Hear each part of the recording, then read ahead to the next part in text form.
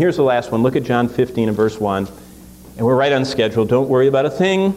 Here we go. John 15:1. By the way, I'm a tour leader, so I know how to get to the stops at the right time. And I watch that clock, and I can see Dave's head right over it. Now I'm going to be obedient, okay? John 15 and verse 1.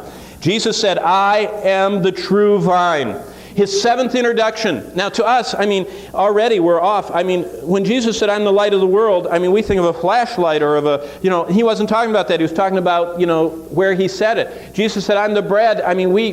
Most people don't even like bread anymore because, they don't eat bread because it's fattening. And Jesus said, I'm the door of the sheepfold. We don't even know what a sheepfold looks like, most of us. And now he says, I'm the vine. When you think about vines, what do you think about? A cucumber bush or something? We don't know about this.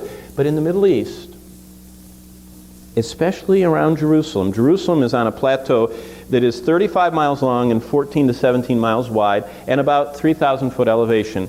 And it's called the Judean Plateau. And it drops off steeply on the east into the Dead Sea Jordan Rift, and it drops off steeply on the west down into the Shephelah. And it's just, that's the geography of the land. But up there's not much that you can do with that land because it's so rocky except raise sheep or have vineyards. And in your vineyard, you would have all these ancient grapes, and you would trim them, and the more you trimmed them, the better they would produce. And so the gardeners were very close pruning them. There's a lot of attention between the gardener and the vine. You know what Jesus said?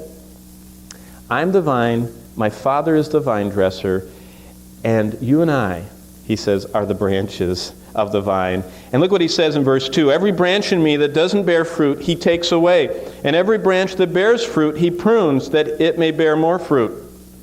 I'm not going to get into a big theological discussion on this one either, but when Jesus was explaining salvation, he said every born-again person bears fruit.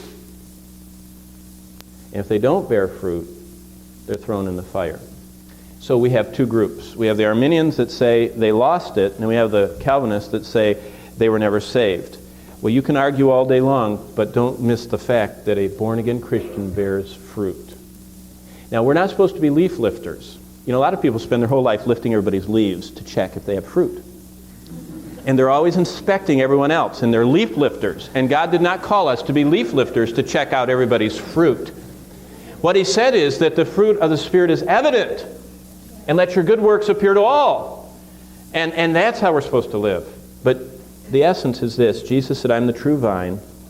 I want to nurture you through life. Apart from me is only continual withering. I'm the vine. I'm your source of life. I am your source of health. I'm the one who provide all you need.